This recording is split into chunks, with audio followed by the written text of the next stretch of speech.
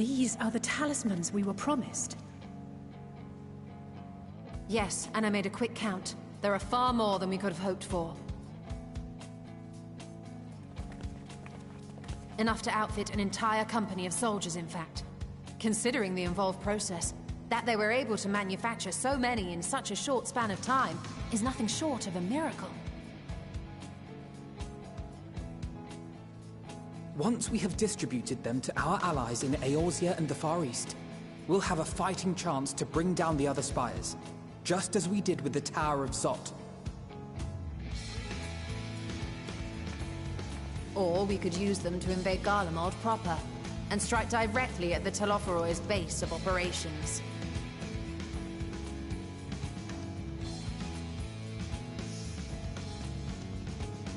Of course, we would need to consult with various Alliance leaders before such a drastic measure could even be contemplated.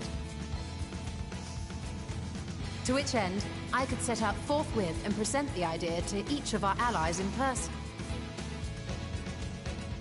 Pray allow me to undertake some few of those journeys. I find myself restless and in need of purposeful duties. I can head eastward. Vosgia and Dalmasca are just a short hop from here. And Doma's shinobi network should come in handy for passing on the word. We shall share the burden then. Meanwhile, I think it best that you and the others take the talismans back to the Baldessian Annex. We must keep them safe and secure until we've decided upon a course of action.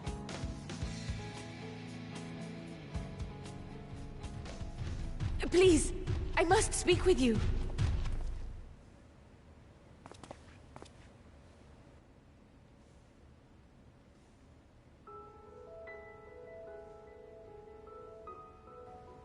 Nidana, you're awake. Yes. When I spoke with the carer at my bedside, she told me that one of the scions, a young woman, had cleansed me of the tower's corruption. It seems I'd been asleep ever since the treatment. But when I awoke and learned you were all still here, I knew I had to come.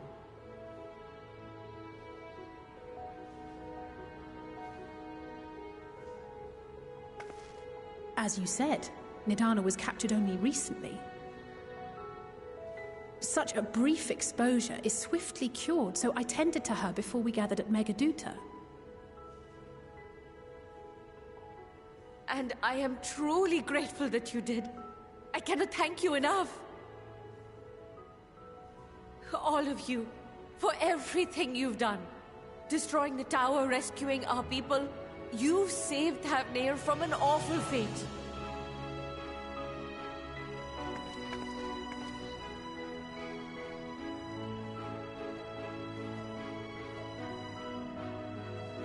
Yet who hath truly saved whom? Due in no small part to thine inspirational courage, the alchemists were successful in reproducing warding scales of proven efficacy. Replications of thy work now stand ready to travel across the seas, unto the hands of those who might wield them against this rising evil. The talisman? Is this true?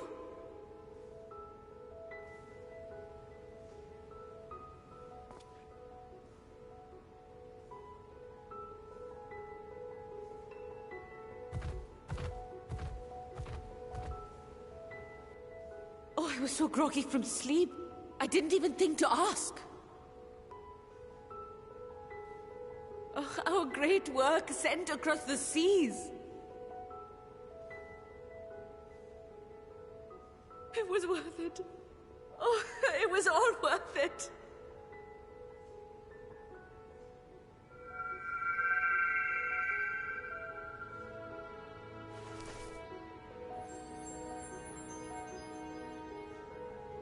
Look at that! Its color is completely changed.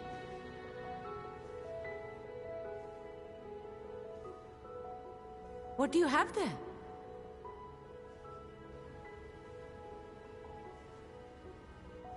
How unusual. I wonder if the effect is a reaction to Akasha. I'm afraid I'm not familiar with that term. Akasha? It is one of the unseen energies defined by Harnish alchemical theory. Though a gross oversimplification, some describe it as an essence influenced by feelings. You imply that it is distinct from ether? Us foreign scholars often conflate the two, but we see them as separate concepts. Ether is an energy which permeates the land. It exists within animals, objects, even the air we breathe, affecting all through which it flows. Akasha, on the other hand, exists in a domain beyond our reach. A gift bestowed from on high, or torn from the heavens in some traditions. Akasha can neither be created nor destroyed. It is beyond our power to purposefully alter or manipulate. The only thing observed to influence it is an abundance of, I want to say, spiritual emotion. As a veteran of the battlefield, surely you've experienced moments of desperation or exaltation when you've transcended the usual limits of your capabilities. That is a manifestation of Akasha, the invisible essence harnessed by heart, mind, and unyielding spirit. I really must hear more about this theory. Our disciplines are based entirely upon the idea that ether is the fundamental form of all energy. I'm glad my haphazard explanation has piqued your interest. But even for us, Akasha is a somewhat abstract field of study. A lack of practical application lends itself poorly to formalized research. Which is why my analysis of your flower can amount to little more than idle speculation. I am sorry. Nonsense! You have nothing to be sorry for. Your insight is much appreciated.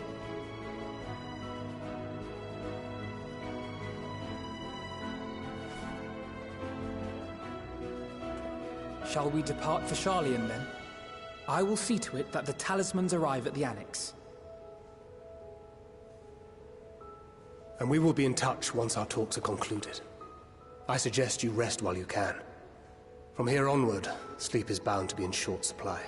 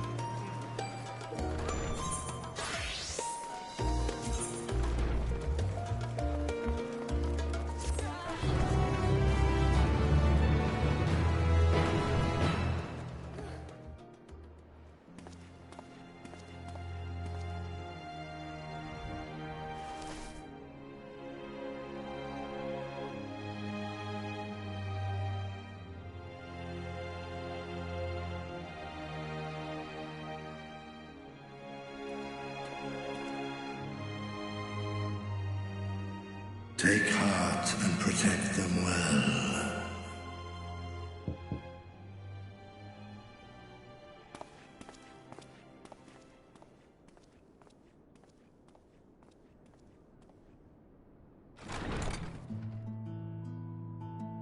Good! Good, you're here. You haven't eaten yet, have you?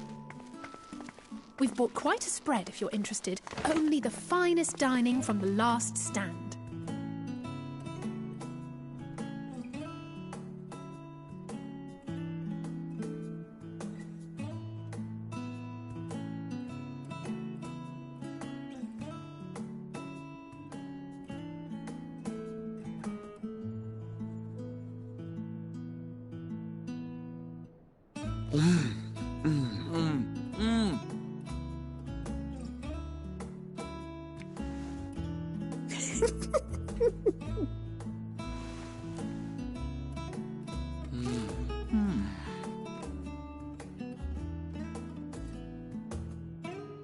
Lest you wonder, we invited Estinian as well. But he refused with a rather grim-faced, "No, thank you." I suspect Sharlayan cuisine is not to his liking. Oh, I don't know about that. Perhaps our lone wolf just needed some time apart. What? To perfect his brooding stare?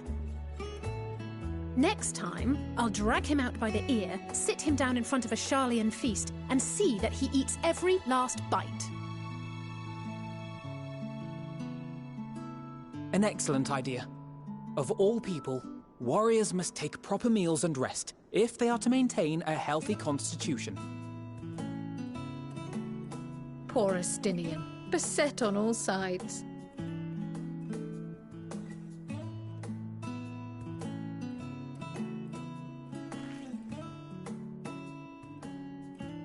Speaking of one's physical condition, Mistress Cryle, I hear you recently played literal host to Heidelin herself. And what an experience that was. Tiring, yes, but no lasting harm done. If anything, I should have liked to speak with her longer. I've not felt a hint of her presence since. Heidelin instructed you to carry that flower, yes?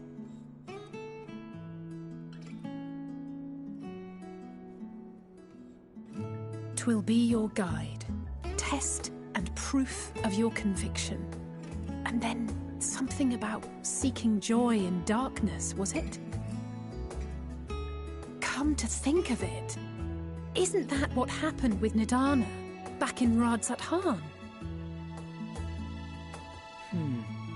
The flower did seem to radiate a joyful glow, as if reflecting the elation we all felt, the relief of a people with renewed hope. Indeed, and in turn I felt buoyed by that radiance. 'Twas akin to spotting a beacon and knowing we were on the right path. I know we've not yet triumphed over the Telophoroi, or learned the full breadth of the Forum's plans. But even within the midst of our struggles, we find small moments of joy to sustain us. Rare and hard-won perhaps, but it is this pursuit of happiness that gives us the strength to carry on day after day.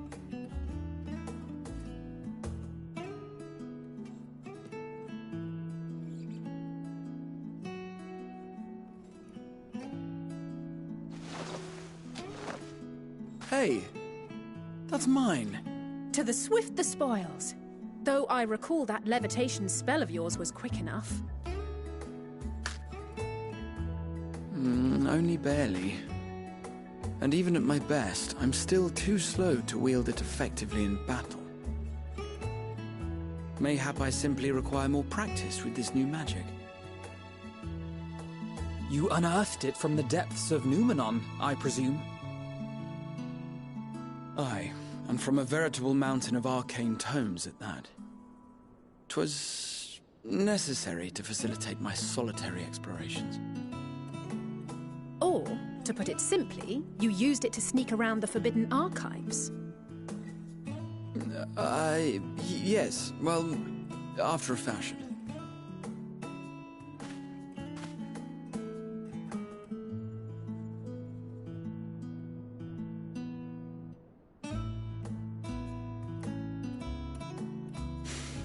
they're tall, you see. The shelves, they're too tall for me. And I could hardly move the library's platforms without attracting attention now, could I? Oh.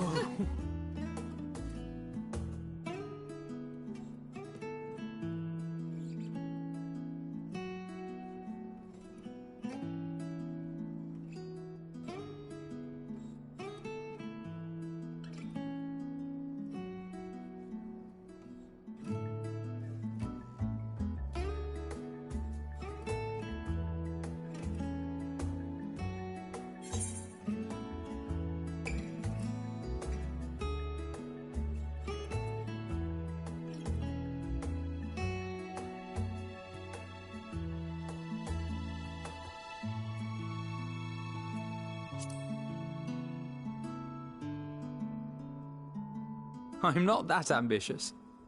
But 'tis pleasant to idle away the hours every once in a while.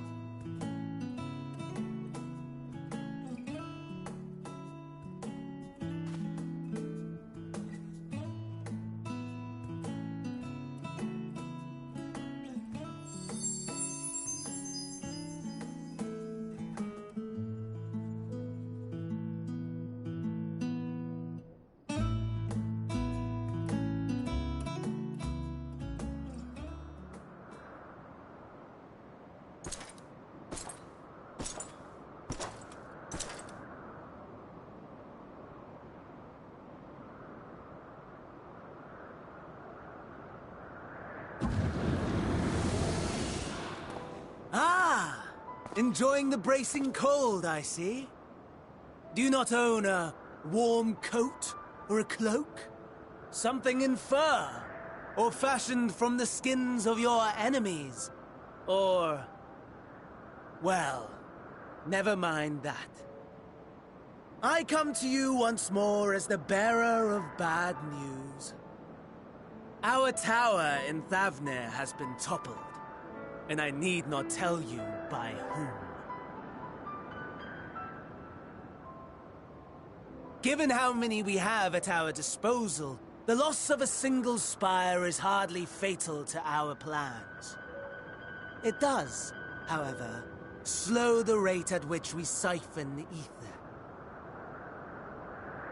If they continue to preoccupy themselves with the towers, then all will be well. But should our foe prove bold enough to strike at us here, then the timing becomes... questionable.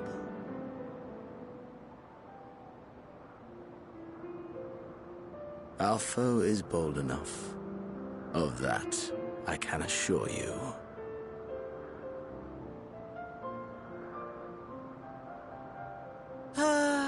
Yes, very well then. I suppose I must prepare a proper welcome. Honestly, talk of your nemesis is the only thing you seem to enjoy. Does nothing else spark your interest?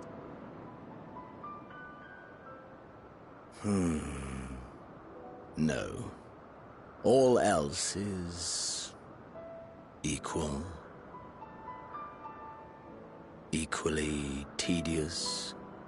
Equally disappointing. The world is a tepid bog into which we sink, too weak to thrash as the mud clings to our eyes and fills our throats till we blissfully choke. But then came the light, blinding and pure and hot, so very hot, enough to set my soul aflame. I basked in the afterglow until the void yawned once more. And then I knew the muck would never claim me again. There was naught for me ahead, so I drew the curtain on all that had come before.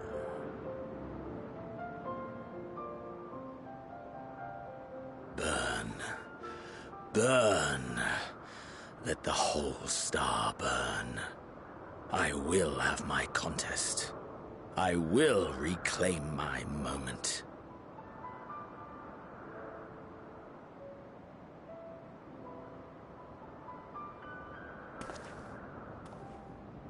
all wonderful that the emptiness of death has not dissuaded you from committing your life to its pursuit once more. I don't know whether to envy you or pity you.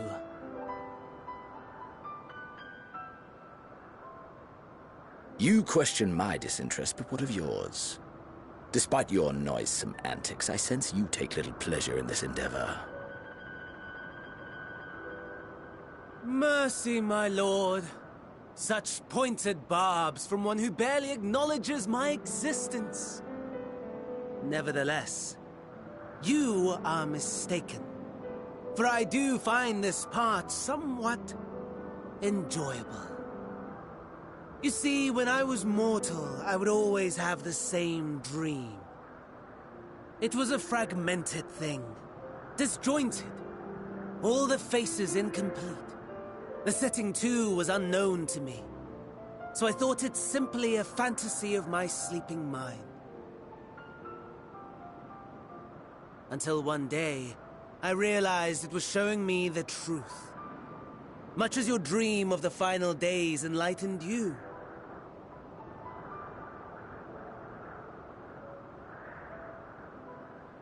And soon, very soon, the rest of the world will see the truth of my dream, too. Yes, I think that is something we can both enjoy.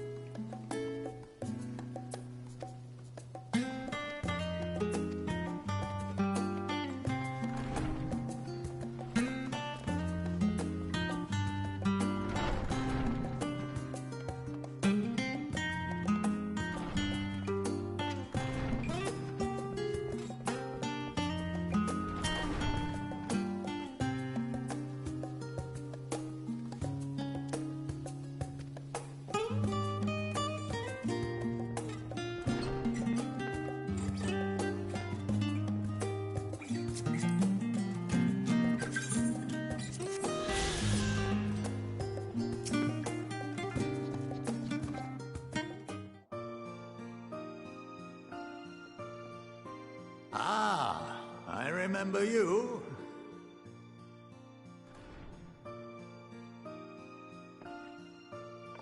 I pray we have not caught you at an inopportune moment. We wanted to offer our thanks for your kind words in the forum.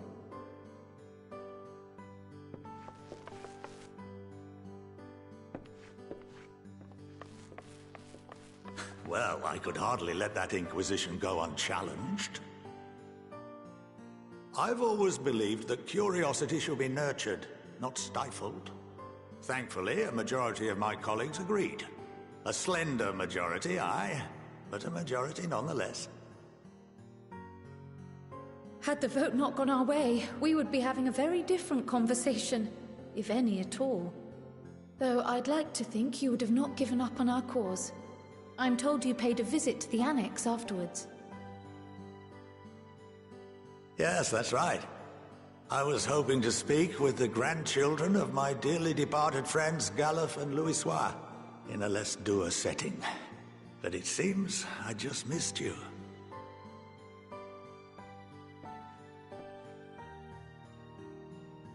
I still can't believe how much you've grown. If only your grandsires could have seen the way you presented yourselves to the Forum. Why, it fair brought a tear to my own eye.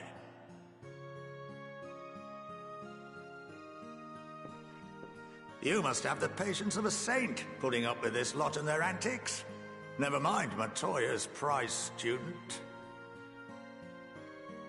Luckily, I know a thing or two about managing unruly younglings. If you ever need advice, don't hesitate to ask.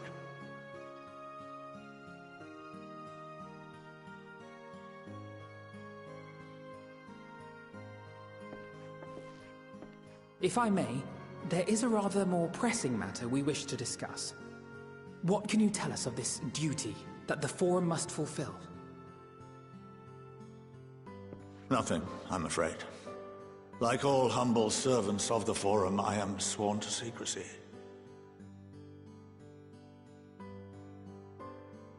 Or rather, I couldn't tell you if I tried. Our duty is of the gravest importance. Furthermore, if the particulars were made public, it would incite widespread panic.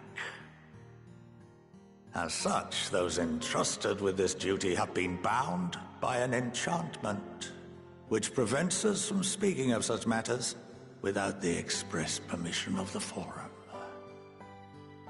How is that even possible? It's been some time since I last gave a lecture. Please, take a seat.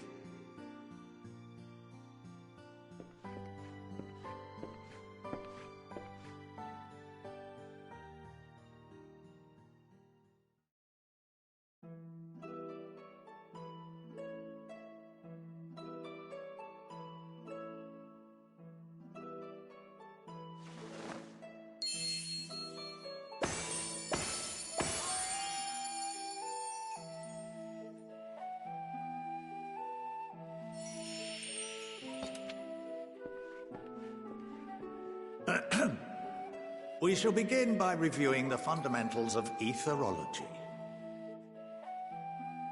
The ether, which imbues us with life, can be categorized into three forms.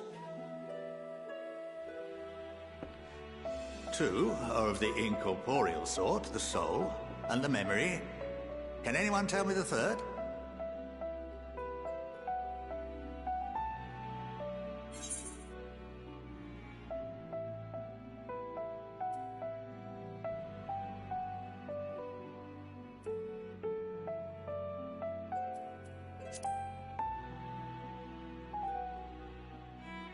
Yes, very good. This is the form with which the layman is most familiar. Consumed in the simplest of daily activities and replenished by the drink that sustain us, this form of ether is in constant flux. In contrast, the ether that comprises the soul is rarely subject to dramatic change. The same can be said for memory, as the two are intrinsically linked.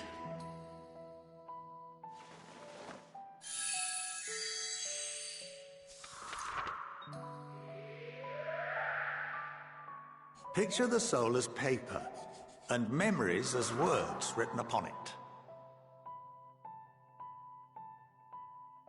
Now, what would happen if that paper was doused with ink? The same type of ether as comprises the memories.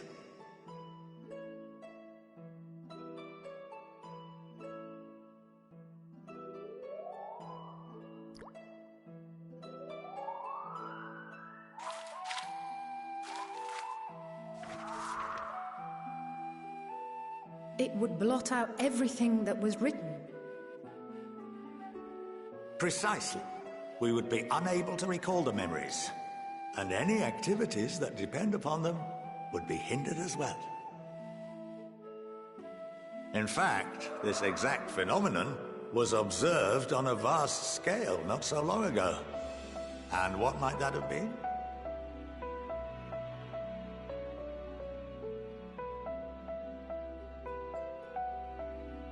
The seventh Umbral Calamity. The people of Eorzea vividly recall Bahamut breaking free of the Lesser Moon and raining hellfire down upon the realm. But no one could seem to remember the events that followed immediately afterwards. Indeed. To this day, we have yet to determine whether it was an unintended consequence or a deliberate act. The enchantment which binds me and the rest of the Forum is based on a similar principle. And yes, it is a contravention of the Sharlayan prohibition against the practice of memory manipulation. Only when a new member is inducted and told of our great duty are they subjected to the process. A necessary evil. You have my word that it would never be used to manipulate the populace? I should hope not. But can this enchantment be dispelled and your memories restored? If 9/10 of our members give their approval, then the process may be reversed. Then, and only then, would we be able to speak freely to others of our sacred duty. Barring that, we must wait until we return to the ethereal sea.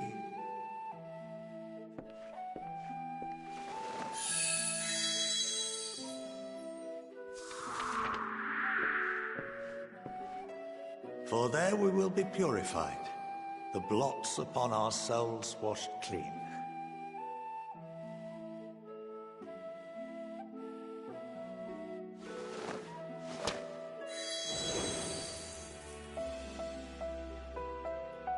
And our memories drift apart and dissolve, rather defeating the purpose, I suppose.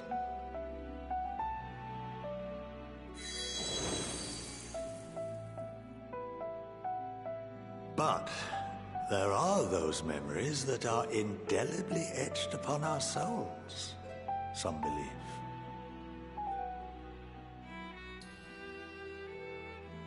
What happens after that?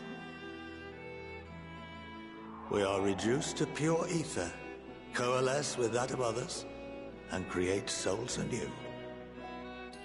Alternative schools of thought assert souls remain whole and return to the corporeal world, reborn into another form. Both theories have their proponents. Personally, I consider each equally probable.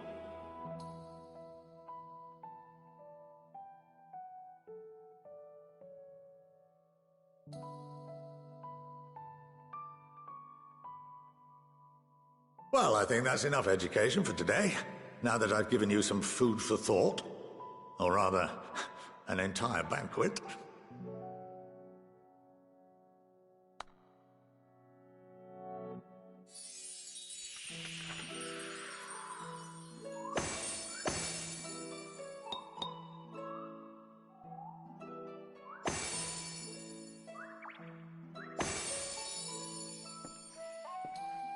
I would remind you that although I'm unable to assist you with certain matters, the resources at my disposal may still be of use to you. I'll arrange for you all to be given the run of Phenomenon. Of course, as associate to our alumni and the students of Baldessian, this privilege is extended to you as well, my friend. Oh, and I suggest you speak with Ki Aliapo. She's well known among the artisans of Sharlayan, and her network of contacts may prove useful in your search for knowledge. I wish you all the best in your pursuits, wheresoever they may take you.